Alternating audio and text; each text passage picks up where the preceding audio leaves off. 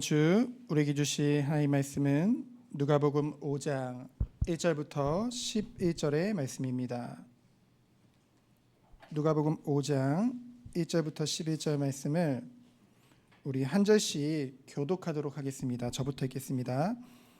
무리가 몰려와서 하나님의 말씀을 들을새 예수는 게네사렛 호숫가에 서서 호숫가에 배 두 척이 있는 것을 보시니 어부들은 배에서 나와서 그물을 씻는지라.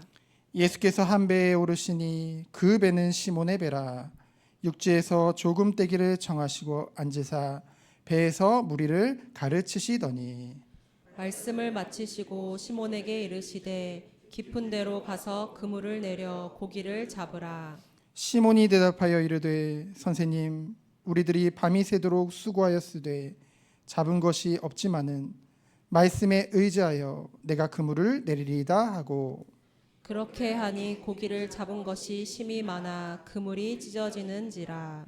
이에 다른 배에 있는 동무들에게 손짓하여 와서 도와달라 하니 그들이 와서 두 배의 채움에 잠기게 되었더라.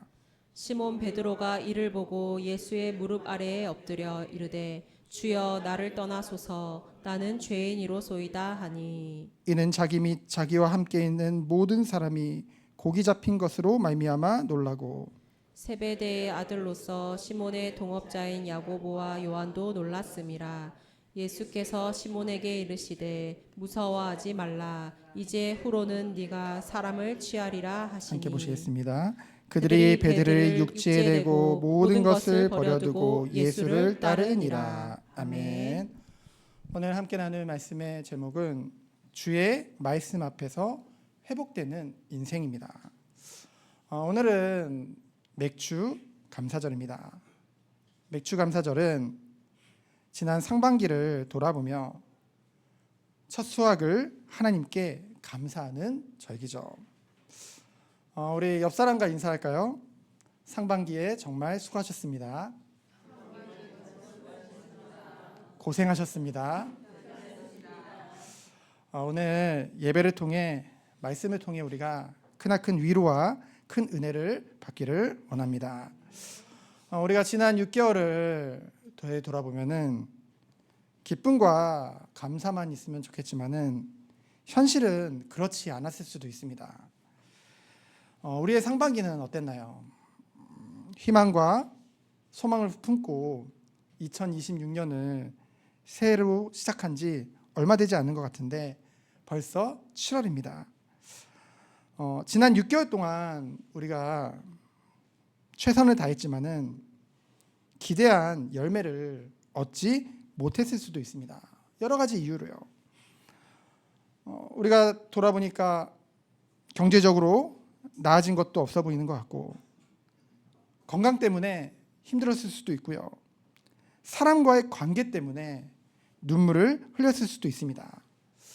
또 신앙적으로 봤을 때 왠지 우리 신앙이 후퇴한 것만 같은 그런 메마른 시간을 보냈을지도 모릅니다. 오늘 본문에 베드로도 그랬거든요. 5절에 보니까요. 밤이 새도록 수고하였으되 잡은 것이 없지만은 이 한마디에 그의 상반기가 담겨있죠. 최선을 다했어요. 밤이 새도록 열심히 일했습니다. 그러나 그의 눈앞에는 무엇뿐이었어요? 빈 그물뿐이었어요. 혹시 우리 상반기도 그렇게 느껴지지 않았나요? 하나님은 오늘 베드로를 통해 우리에게 말씀하십니다. 우리는 그 누가 뭐래도 사랑하는 주님의 자녀죠. 사랑하는 내 자녀야, 빈 그물이 끝이 아니다. 지금 이 시간 나는 내가 회복되기를 원한다. 하나님의 마음이죠. 나의 말씀이 임하는 곳에 회복이 시작되어진다. 오늘도 하나님 말씀을 통해 우리가 이 은혜 가운데 들어가기 원합니다. 누가복음 5장을 보면은요, 다양한 사건들이 이어져요. 어부 베드로의 이야기, 그리고 나병 환자 이야기, 중풍병자 이야기, 그리고 세리였던 레위에 대한 부르심도 나옵니다. 모두 다른 사건들 같지만은 다른 모습들 같아 보이지만은 한 가지 공통점이 있어요. 다들 힘들었다는 것입니다. 그런데 모두 주의 말씀 앞에서 온전히 회복되었다는 것이죠. 오늘 말씀을 통해 우리에게도 진정한 회복이 시작되어지는 시간 되어지길 원합니다. 첫 번째로요, 주님의 말씀은 우리의 삶을 회복시키시는 줄 믿습니다. 오늘 읽은 본문은 매우 익숙한 본문이죠. 제가 어렸을 때 그리고 대학 때만 해도 요즘은 잘 안 쓴다고 하더라고요. 제가 학교 다닐 때 선생님들은 다 모나미 153 볼펜을 썼습니다. 그리고 대학 때도 보통 필기할 때 모나미 153 볼펜을 참 많이 썼거든요. 요즘은 잘 보이지 않더라고요. 모나미 153 볼펜이 바로 이 본문의 내용을 담고 있죠. 153마리의 물고기. 근데 오늘은 이 물고기의 어종도 나옵니다. 이 베드로의 소명의 장면인데요. 오늘 1절로 3절에 보면은 주님의 말씀을 들으려고 무리들이 몰려옵니다. 주님의 가르침을 들으려고요. 몰려오는 인파가요, 감당할 수 없을 정도예요. 그래서 주님은 배에 오르시어서 약간 무태에서부터 약간의 거리를 두고 이제 앉으셔서 말씀을 계속 전하는 것을 우리는 보게 되어집니다. 사실 저 지금 일어나서 말씀 전하고 있잖아요. 사실 일어나서 말씀 전하는 게 그 당시에 마이크도 없고 더 멀리 가거든요. 근데 그 당시에 랍비는 앉아서 말씀을 전하고 말씀 듣는 자들이 일어나서 말씀 들었거든요. 여기서 우리가 볼 수 있는 것은 주님은 랍비의 권위를 굳이 버리지 않으셨다는 거죠. 요즘 보면은요, 뭐 유튜브 하는 목사다, 춤추는 목사다, 목사님들에게 많은 것을 요구합니다. 그리고 뭐 요리하는 사모다, 뭐 청소하는 사모다, 여러 가지를 요구하죠. 다양한 모습들을 요구합니다. 그러나 목회자에게 있어서 가장 중요한 것은 권위 있는 하나님의 말씀을 아주 성실하게 전하는 것인 줄 믿습니다. 예수님께서 오르신 배가요, 누구 배였어요? 시몬 베드로의 배였죠. 베드로는 밤새도록 어업을 했습니다. 밤새 물고기를 잡았어요. 그런데요, 단 한 마리도 잡지 못했습니다. 그리고 배에 나와서 이제 그물을 씻고 있는 거예요. 그의 마음이 어땠을까요? 갈릴리에서 잡히는 물고기는요, 큰 물고기가 아닙니다. 부자들은요, 그 당시에 먹지도 않는 물고기예요. 우리나라에서는 베스라고 알려진 물고기죠. 하루 낚시를 해서 하루 먹고 사는 게 어부들입니다. 그 당시 어부들이에요. 그런데 밤새 최선을 다해서 물고기를 잡았는데 한 마리도 못 잡았다니 얼마나 답답하겠어요. 그 답답한 마음에 그 그물을 씻으면서 많은 생각을 하고 있었을 것입니다. 그런데요, 어쨌든 그렇다 할지라도 베드로는 전문가거든요. 평생 갈릴리에서 살아온 잔뼈 굵은 어부였습니다. 그런데 목수 출신인 예수님께서 오늘 무리들에게 말씀을 마치시고 뜬금없이 베드로에게 다가와서 말씀하시는 거예요. 4절에 보니까 뭐라고 말씀하세요? 깊은 데로 가서 그물을 내려 고기를 잡으라고 말씀하시죠. 얼마나 이해하기 어려운 말씀입니까? 얼마나 이해하기 어려운 상황이에요. 우리라면 어땠을까요? 유대 속담에도 그런 속담이 있는지 모르겠는데 우리가 잘 아는 속담이 있죠. 공자 앞에서 문자 쓴다. 또 다른 거 있죠. 번데기 앞에서 뭐 잡아요? 줄은 잡는다. 그런 속담이 생각나지 않았을까요? 이처럼 우리는요, 종종 하나님 말씀 앞에 나의 경험과 상식으로 맞서고 있지는 않은지 돌아보게 되어집니다. 이와 같이 제가 더 잘합니다 라고 베드로가 생각할 수 있었겠죠. 그래서 베드로의 말에는요, 그의 연약함이 담겨져 있습니다. 왜 연약함이라고 하냐면요, 뭐라고 말을 해요? 선생님, 밤이 새도록 수고하였으되. 그래서 뒷말은 생략을 해요. 뭐라고 말할 수 있었냐면 이제 물고기들이 호수 깊이 내려가 있을 시간이라서 아무것도 잡을 수 없습니다. 그게 상식이거든요. 그런데요, 그렇게 말하지 않아요. 비록 상식적으로는 그 말을 하지만은 그러나 이어서 뭐라고 해요? 그러나 말씀에 의지하여 그물을 내리겠습니다. 이 부분은요, 내가 더 잘 아는데, 그러니 말씀이 불편했을 수도 있어요. 우리도 그럴 때가 있잖아요. 우리가 늘 예배 가운데 설교 말씀을 듣는데 그 부분은 좀 내 현실하고 안 맞는 것 같은데, 목사님이 사회생활을 안 해봐서 현실을 몰라서 그렇다, 그렇게 생각할 수도 있습니다. 여러분, 늘 말씀드리지만은 저는 이 강대상에서 제 얘기를, 제 주장을 하고 싶어서 이곳에 서는 것이 아닙니다. 그걸 원하면은 다른 직업을 주님이 맡기셨겠죠. 저는 늘 두렵고 떨리는 마음으로 이 자리에 섭니다. 왜냐하면은 하나님의 말씀을, 그 권위 있는 하나님의 말씀을 증거하는 자리이기 때문에. 이 장면에서 우리가 주의 깊게 볼 것이 있는데요. 아직도 베드로가 예수님을 뭐라고 불러요? 선생님이라고 부르죠. 예수님은 베드로에게 아직 그저 좋은 가르침을 주는 선생님이셨어요. 존경하는 스승님이죠. 하지만 아직은요, 자신의 삶의 모든 부분에 절대적으로 순종할 주인이라는 대상은 아니라는 것입니다.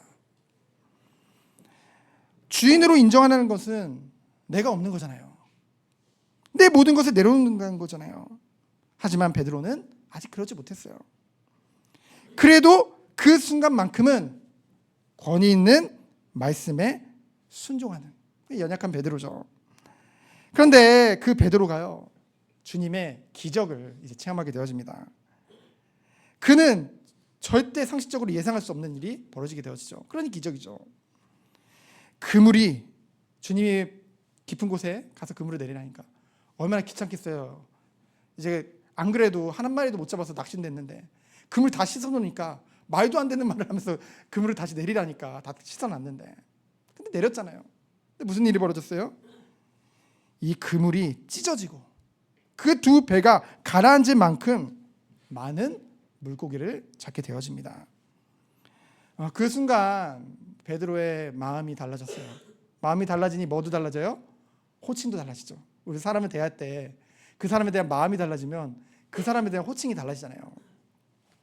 베드로는 예수님 앞에서 자신의 죄성을 시인했습니다. 그래서 어떻게 해요? 무릎을 아래로 엎드려서 말하죠. 예수님 무릎 아래로 엎드려서. 이건 완전한 복종을 말하거든요. 뭐라고 말합니까? 주여, 나를 떠나소서. 선생님이 주님이 되었어요. 말씀이 참고할 좋은 교훈에서 내 삶의 주인이 되었습니다. 자신의 죄악을 발견하면요, 우리는 주님이 떠날 것 같아요. 왜 이런 나를 구원하실까? 그러나 우리가 우리의 죄악을 발견하고 주님 앞에 엎드려서 우리가 죄인임을 고백할 때 주님은 우리를 떠나시는 것이 아니라 지금 베드로에게 행하신 것 같이 베드로에게 뭐라고 말씀하셨어요? 무서워하지 말아라. 이와 같이 우리를 불쌍히 여기시고 모든 것을 은혜 안에서 회복시켜 주시는 자비로우신 긍휼과 사랑이 풍성하신 주님인 줄 믿습니다. 우린 그런 주님을 믿고 있는 거예요. 그 예수님께서는 이제 내가 사람을 취하리라, 사람을 낚는 어부라는 사명을 주죠. 그들의 반응은 어땠어요? 참된 회개와 주님의 사명을 깨달은 자의 반응은 어땠죠? 11절에 보니까 모든 것을 버려두고 예수를 따르니라. 여러분, 우리가 아직 주 앞에 못 내려놓는 게 있나요? 못 내놓을 게 있나요? 그게요, 가치가 있어서가 아닙니다. 그만큼 우리가 주님을 깊이 만나지 못했기 때문이에요. 우리가 아직 믿음이 연약해서 주님을 우리의 주인으로 모시지 못하는 여전한 우리의 죄성 때문입니다. 맥주 감사절을 맞아서 지난 6개월을 돌아보면 그 눈앞에 놓인 현실을 볼 때 우리도 밤새 수고한 베드로처럼 허탈한 마음이 들 수도 있습니다. 그러나 하나님께서는 우리에게 말씀하시는 거예요. 빈 그물을 보지 말고 앞으로 하나님의 방법대로 채워나가실 하나님의 말씀을 바라보라고 말씀하신 줄 믿습니다. 우리에게 혹시 아직도 예수님을 그냥 좋은 말씀을 주시는 선생님 정도로만 모시고 있지 않은지 우리를 점검해 보기 원합니다. 그래서 이 하반기에는요, 말씀이 정말 내 삶의 주인이 되는 시간이 되어지기를 축원드립니다. 그때 하나님께서는 우리가 놓친, 우리의 무너진 삶을 회복시키시고 우리의 놓친 사명을 회복시키신 줄 믿습니다. 두 번째로요, 주님의 말씀은 깨어진 관계와 영혼을 회복시켜 주신 줄 믿습니다. 12절에 보면은요, 누가 나오냐면 나병 환자가 나와요. 이 나병은요, 단순한 피부병이 아닙니다. 레위기 13장에 보면은요, 율법에 보면 나병 환자는 불결한 자예요. 그래서 공동체로부터 완전히 격리시키라 명령하셨습니다. 가족에게도 갈 수 없어요. 친구도 없습니다. 예배도 드릴 수 없어요. 몸도 병들었고 모든 관계가 끊어진 것, 그것이 바로 나병 환자의 상태거든요. 그래서 나병이 걸린 사람은요, 불결하게 여겨지기 때문에 그를 만지면요, 어떻게 돼요? 같이 불결해지는 거예요. 그런데 예수님은요, 어떻게 하셨나요? 주저없이 그에게 손을 대시며 말씀하십니다. 뭐라고 말씀하세요? 내가 원하노니 깨끗함을 받으라. 그때 그는요, 병만 나은 것이 아닙니다. 그는 다시 공동체로 돌아가게 되어지죠.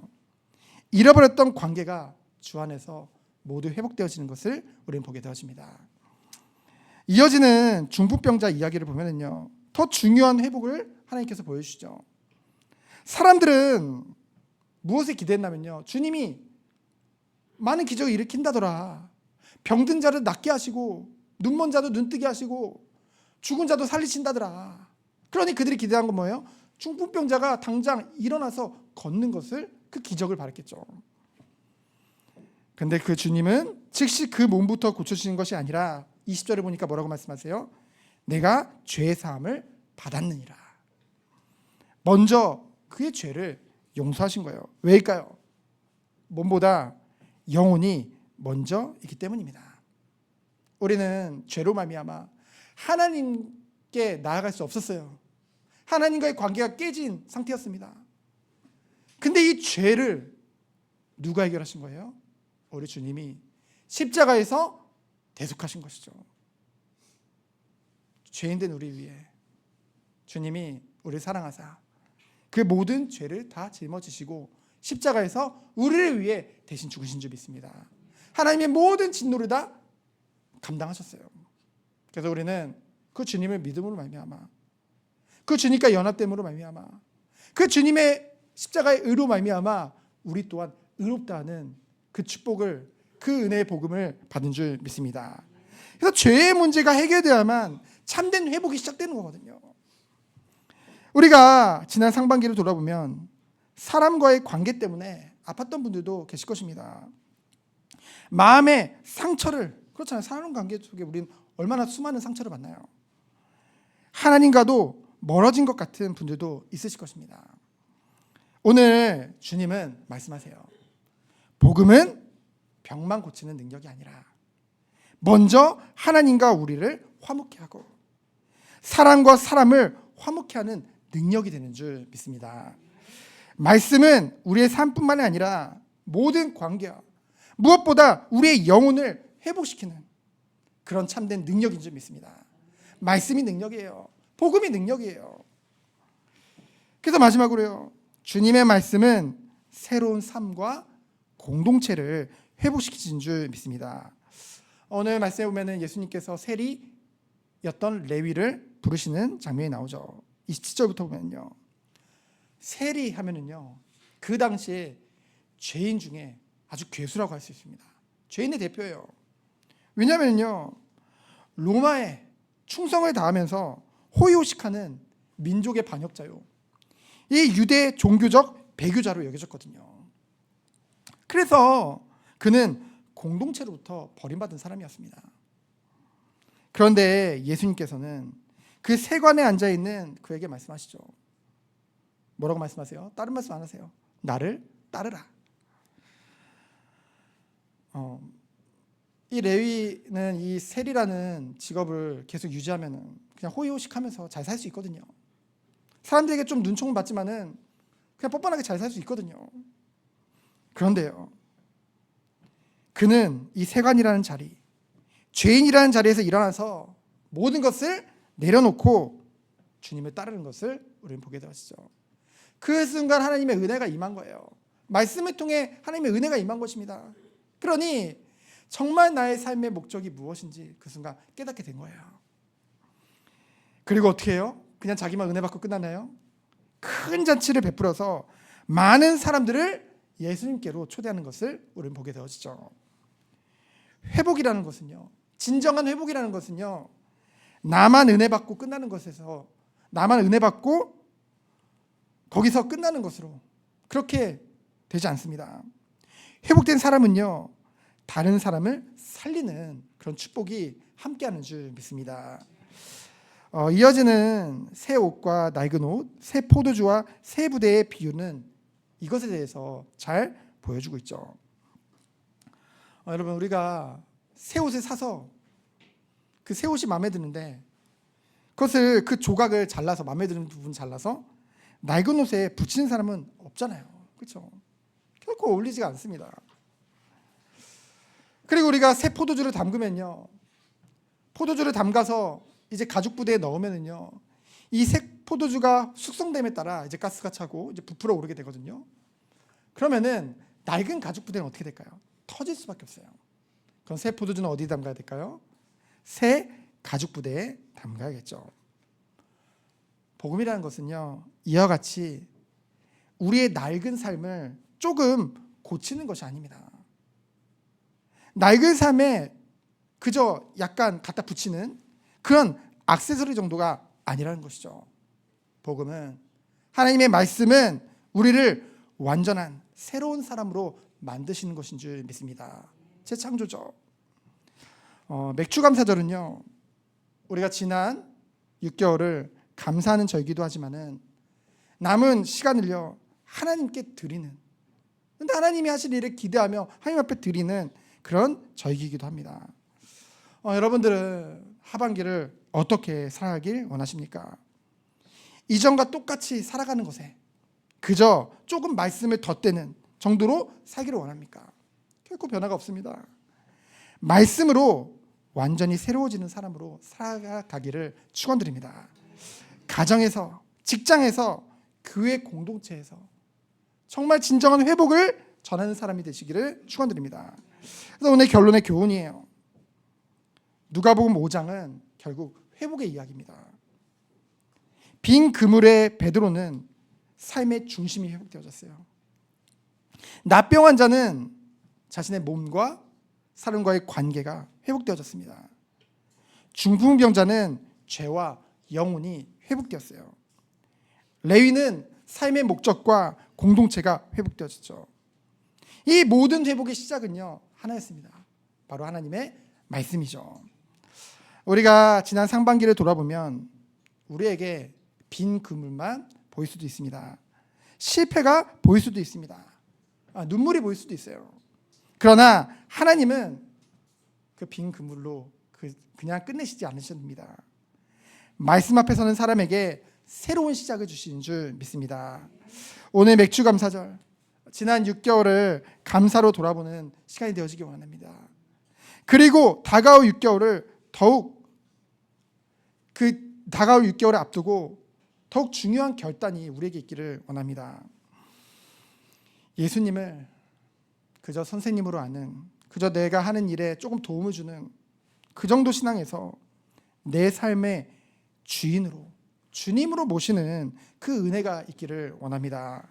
그때 주님께서는 우리의 삶을 본격적으로 회복시키시고 관계를 회복시키시고 우리의 모든 죄를 용서하시며 우리를 새로운 공동체의 그 사명의 자리로 이끌어 가실 줄 믿습니다. 주의 말씀 앞에서 회복되는 인생, 이것이 누가복음 5장이 우리에게 주시는 메시지예요. 하나님께서 맥주절을 맞이하는 우리에게 모두 주시는 말씀입니다. 상반기는 빈 그물을 바라보며 살았다면 하반기에는 하나님의 방법대로 채워나가실 그 주님의 말씀을 붙들고 참된 소망과 희망을 가지고 살아가는 여러분 되시기 축원드립니다. 그래서 말씀이 선생님이 그 가르침에 머물면 삶은 그대로예요. 그러나 말씀이 내 삶의 주님의 명령이 되는 순간, 종은 주인의 명령을 거부할 수 없거든요. 우리에게 명령이 되는 순간 하나님께서는 우리의 삶과 모든 사람들과의 관계, 그리고 영혼과 공동체를 회복시키는 새로운 시작이 시작될 줄 믿습니다. 주님 때문에, 주님의 말씀 때문에 희망과 소망을 품고 시작하는 우리 하반기 되어지기를 예수 그리스도의 이름으로 축원드립니다. 시간 기도하겠습니다. 주님, 지난 상반기를 바라볼 때 빈 그물 같아 보이지만은 주님은 여전히 주님의 일을 하고 계시는 줄 믿습니다.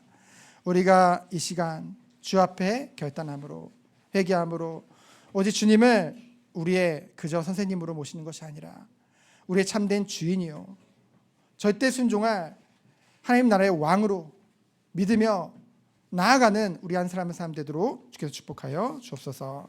살아계신 예수 그리스도의 이름으로 기도합니다. 아멘.